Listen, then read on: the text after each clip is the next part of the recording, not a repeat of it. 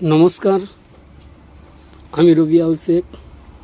আজ উপস্থিত হয়েছি জয়পুর ব্লকের উত্তরপাড়া অঞ্চলে অলুম মাস্টারমশাইয়ের বাড়িতে। ওনার বাড়ির পেছনেই কোনো এক ব্যক্তি মাছ ধরার উদ্দেশ্যে একটি বড়শি রেখেছিল। তাতেই খাবারের সন্ধানে বেরিয়েছিল একটা কেলে করিস, যাকে আমরা বাংলায় কেলে বলি, অর্থাৎ মনোক্রেল কোবরা। এই সাপটি খাবারের সন্ধানে বেরিয়ে ওই বড়শিতে আটকে গেছিল। ওটা উদ্ধারের জন্যই আমরা এসেছি। প্রথমেই বলি, এই সময় শীতে গরমের আবহাওয়া, এটি খাবারের সন্ধানে বেরোয়। পরিষ্কার পরিচ্ছন্ন রাখবেন এলাকা। তো দেখা যাক আমরা সাপটা উদ্ধার করতে পারি কি না। তবে উদ্ধার করলাম। এই সাপটির মধ্যে রয়েছে নিউরোটক্সিন বিষ। এর কামড়ে নার্ভকে ধ্বংস করে ফেলে, তাই সাবধান। আমাদেরকে দেখে কেউ কপি করবেন না। সাপটি আমরা সাবধানের সহিত রেস্কিউ করলাম। আর যদি এই সাপ বেরোয়, আপনারা স্থানীয় ফরেস্টে খবর দেবেন, আমরা আসব এবং সেটি রেস্কিউ করব। অনুপ মাস্টারমশাই স্থানীয় ফরেস্ট অফিসে খবর দিয়েছিলেন, পরে আমরা এসে সাপটিকে উদ্ধার করে নিয়ে গেলাম। আর বলে রাখি, এই সাপের মধ্যে রয়েছে নিউরোটক্সিন। এর কামড়ে নার্ভকে ধ্বংস করে ফেলে। তাই আপনার কাছে অনুরোধ, এই সাপের কামড় হলে কেউ ওঝা গুণিনের কাছে যাবেন না। সাথে সাথে আপনারা স্থানীয় সদর হসপিটালে পৌঁছে যান। ওখানে 1 ঘন্টার মধ্যে 100 মিলিগ্রাম এভিএস পড়ে গেলে সেই রুগীটি বেঁচে যাওয়ার চান্স রয়েছে। ভুলেও আপনারা ওঝা গুণিনের কাছে যাবেন না। আপনাদের কাছে অনুরোধ, আপনারা সাপ দেখলে লোকাল ফরেস্টে খবর দিন।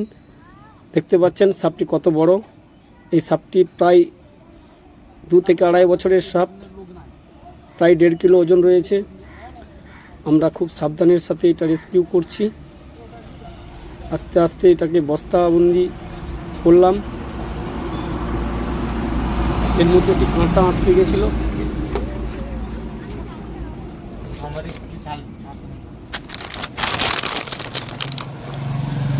আস্তে আস্তে বস্তাবন্দি করছি। বস্তাবন্দি করার পরে এটিকে আমরা গভীর জঙ্গল নিয়ে, ক্ষত হয়েছিল কিছুটা, তার মধ্যে কিছু হলুদ বা তেল দিলাম, দিয়ে সেই সাপটিকে আমরা নিয়ে চলে যাব। আবারও বলে রাখি, যদি কোনো সাপ বেরোয়, আপনারা স্থানীয় ফরেস্টে খবর দিই। সাপ একটি খুব আমাদের বাস্তুতন্ত্রকে বাঁচিয়ে রাখে। তাই আপনারা সাপকে বাঁচান, নিজে বাঁচুন, এলাকার পরিবেশ বজায় রাখুন, ভারসাম্য বজায় রাখুন। ধন্যবাদ।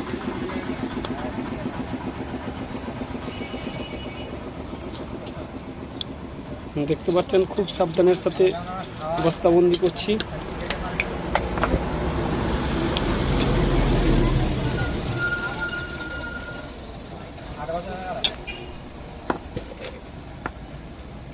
বস্তার মধ্যে ঢুকিয়ে নিলাম।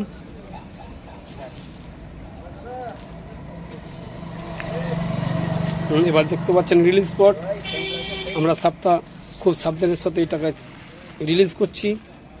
রিলিজ করার পরই আপনারা বুঝতে পারছেন সাপটি দেখতে পাবেন কত বড়।